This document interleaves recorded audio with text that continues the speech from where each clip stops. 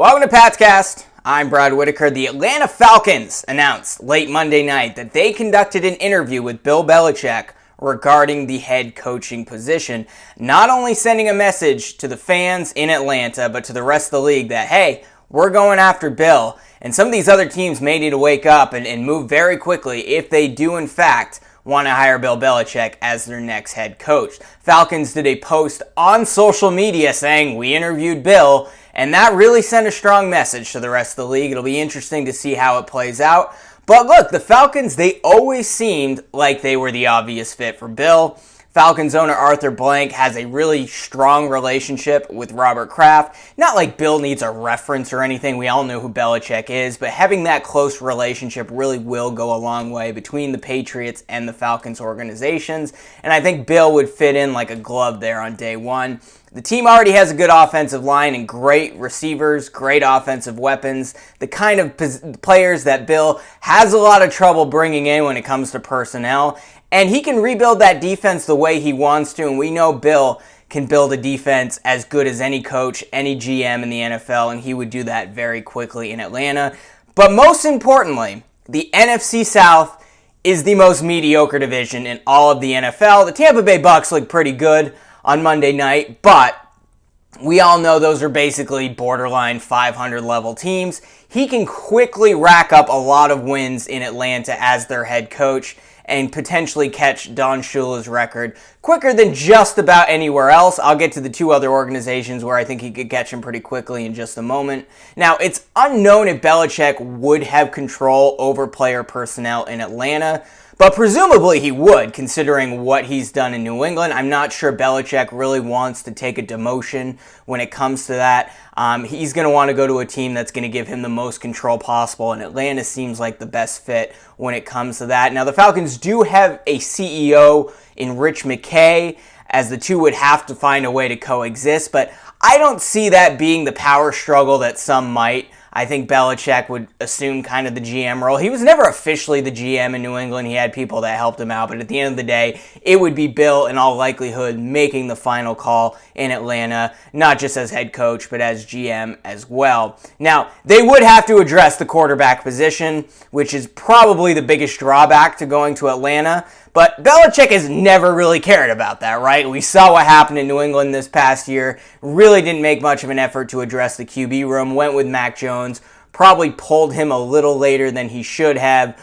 Bailey Zappi played okay in a backup role, but Zappi wasn't even on the team for like half a day this past year. So Belichick, he's not going to pick a team based on the quarterback like some people think he would. And you know what? I wouldn't be shocked if we saw the Falcons with Bill Belichick go all in and bring in a Kirk Cousins for a couple of years and really take a shot at a Super Bowl. And, you know, he might get some real value for Kirk Cousins coming off of a season-ending injury. Belichick always loves value, and he's probably going to get more value for Cousins because of that injury. That being said, as Albert Breer pointed out a few weeks ago, Russell Wilson does feel like a Bill Belichick project. Belichick has always really admired Russ, speaks very highly of him. I think Bill likes kind of the dual threat QBs. He did a lot. He really maximized Cam Newton, who couldn't throw the football. Certainly Russell Wilson can throw the football better than Cam Newton can, and I think those two would work very well together. The problem is Russ is kind of hard to coach. He doesn't always go through the progression. He bails on plays. So maybe Belichick would prefer more of a traditional pocket passer like Kirk Cousins, but really it just depends on if the price is right. Now, Russ will still be paid by the Denver Broncos, so perhaps he would be willing to take significantly less to come to Atlanta, but I wouldn't be surprised if we saw one of those two quarterbacks paired with Bill Belichick if he were indeed to become the head coach and potentially GM of the Atlanta Falcons.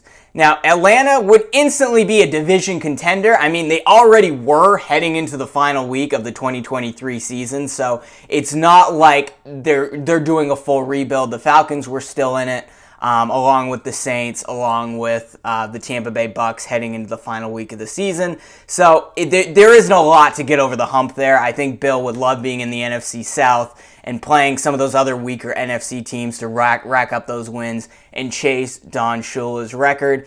And perhaps if the pieces fall into place and Bill can do this right, they're a contender in the NFC right away too.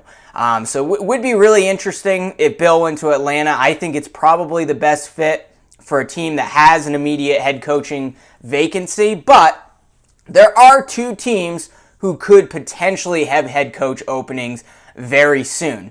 Still no word on if Jerry Jones, the owner of the Dallas Cowboys, will be indeed firing Mike McCarthy. Jerry likes to hold on to his coaches perhaps a season or two too long, but if he has the opportunity to go after Bill Belichick, perhaps he wants to see what he can do there. There's also Mike Vrabel out there. There's also Jim Harbaugh. So there's a lot of potential opportunities there. But if McCarthy is out in Dallas, that's a really great fit for Belichick. He would immediately have all the weapons he needs, particularly on defense, and would probably enjoy working with a mostly competent quarterback in Dak Prescott. Dallas has a Super Bowl roster. They just cannot seem to get over the hump with all these early playoff exits over the last 2 decades.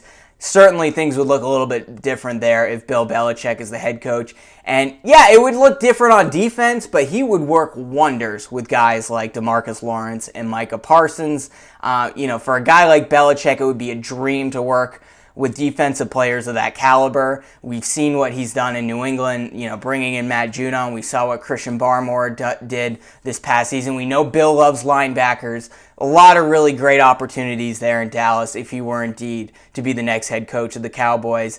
And look, they would show up for the playoffs much better prepared under Bill Belichick if he were to be designing the game plan week to week. I mean, the Cowboys, really, that was just pathetic the other day, and Belichick would not let them crumble like that, especially with a home playoff game, and, it would be really fascinating, and I think Bill would have a lot of fun in Dallas and certainly would rack up a lot of wins and chase Don Shula's record, and maybe even win a Super Bowl, which, could you imagine the Dallas Cowboys, who have really struggled. They've had a lot of great teams over the last 30 years, but really have struggled to get back into even a conference championship game. Perhaps Belichick would be the one to bring him there, and they would certainly build him a statue in Dallas if he were to bring a Lombardi trophy back there.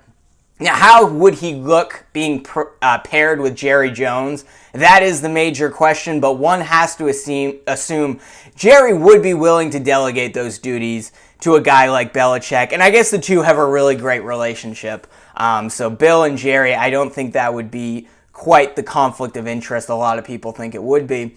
But there's also the Philadelphia Eagles, who lost last night in embarrassing fashion to the Tampa Bay Buccaneers, a team that was in the Super Bowl just this past season, was the presumable favorite heading into the 2023 season, at least in the NFC.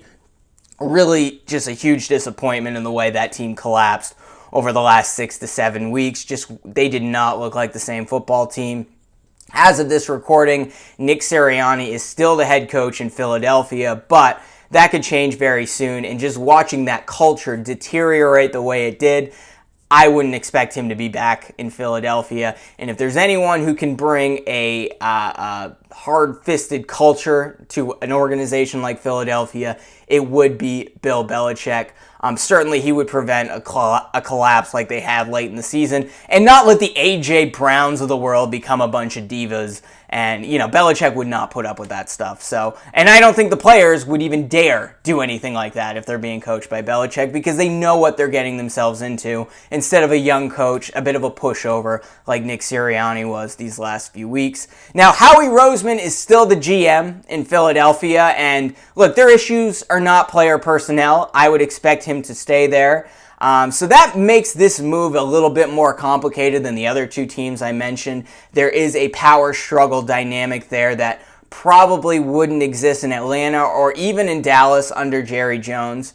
But either way, both teams would have to move very quickly if they are indeed wanting to bring in Bill Belichick as their next coach. They're going to need to fire their coaches right away. They're going to need to get interviews. And we saw the Atlanta Falcons on social media. They want to move quickly. I would expect that hiring to probably take place unless Dallas and Philadelphia make it clear to Belichick and his agent, hey, we want an interview.